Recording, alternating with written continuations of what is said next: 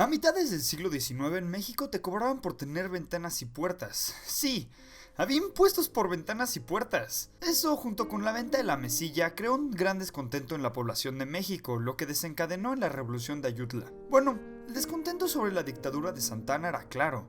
Existían juegos de palabras como Santa Anna, es santa sin ser mujer, es rey sin cetro real, es hombre más no cabal y sultán al parecer. La revolución de Ayutla fue un levantamiento armado de los liberales en Guerrero mediante el plan del mismo nombre. Sus dirigentes fueron Florencio Villarreal, Juan Álvarez e Ignacio Comonfort. Después de quitar a Santa Anna del poder se presentaron dos planes de país, uno conservador y uno liberal. Obviamente se querían mucho y acordaron trabajar juntos, ¿verdad? Pues claramente no.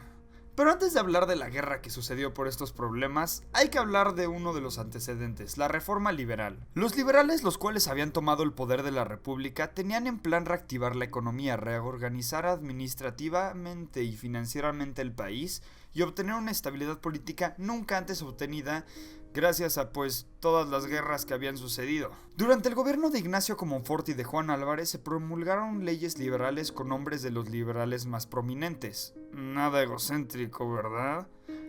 Las leyes Juárez, Lerdo e Iglesias son las de mayor renombre. La ley Juárez reprimía el fuero del clero y del ejército. La ley Lerdo se ocupaba de la desamortización de los bienes del clero. Básicamente, sáquense de mi tierra.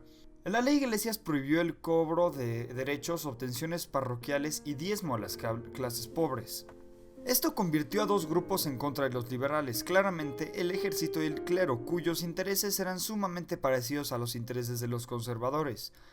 Justo por eso se creó el Plan de Tacubaya, en el cual los conservadores planeaban quitarle el poder a los liberales.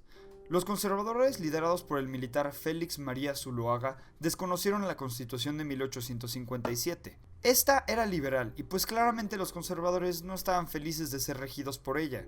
Los conservadores convocan un congreso constituyente para elaborar una nueva constitución. Deciden darle continuidad al gobierno de Comonfort, el cual antes era liberal, pero la estabilidad del país era más importante, otorgándole amplias facultades para gobernar.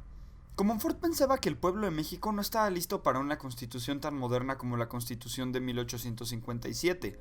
Finalmente, después de tanto lío, Comonfort se arrepiente de esta decisión y se retira a Estados Unidos. Aquí es donde el caldo se pone picoso.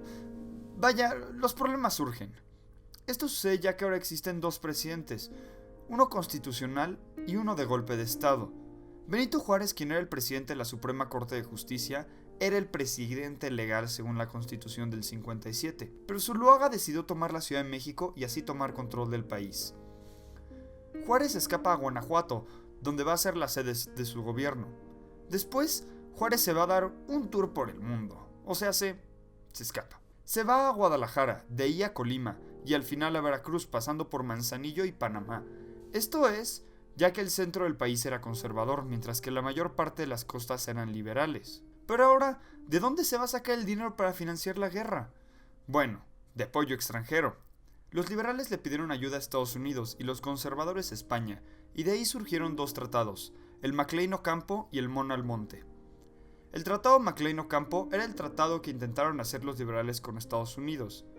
En este tratado, a cambio de apoyo económico, México iba a conceder lo siguiente: el tránsito libre y perpetuo por el istmo de Tehuantepec, derecho de tránsito en diversos puntos del noreste del país y el libre comercio de ciertas mercancías, muy parecido al actual Tratado de Libre Comercio. Y la última cosa que iba a acceder México era la autorización para intervenir militarmente con el consentimiento de México y sin consentimiento en caso de emergencia. ¿Quién sabe a qué se podían referir con emergencia? Afortunadamente, Estados Unidos nunca accedió a este trato. El Tratado Mon-Almonte de los conservadores con España concedía lo siguiente: que el gobierno mexicano restableciera relaciones con España, que aceptara las reclamaciones de 1853 a las cuales había accedido Santa Anna, y que indemnizara a las familias de las víctimas de los sucesos de 1856 en el mineral San Dimas.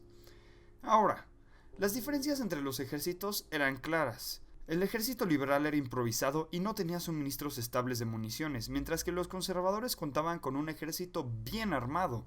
Durante 1858, los generales Miguel Miramón y Leonardo Márquez obtuvieron brillantes victorias sobre los liberales, Pero todo cambiaría para 1859, cuando Miramón decide tomar Veracruz, donde se encontraba Juárez. Intenta hacer un bloqueo naval y una invasión terrestre para tomar Veracruz, pero falla. El enorme fracaso de Veracruz inclinó la balanza a favor de los liberales, los cuales gracias a este momentum logran ganar la guerra. El triunfo liberal no sería de gratis, ya que Juárez, el presidente, se enfrentaría a una desestabilización militar promovida por los conservadores, problemas financieros y una desunión del pueblo. Básicamente, los conservadores le dejaron un regalito. Si el video te gustó, por favor déjale un like y suscríbete.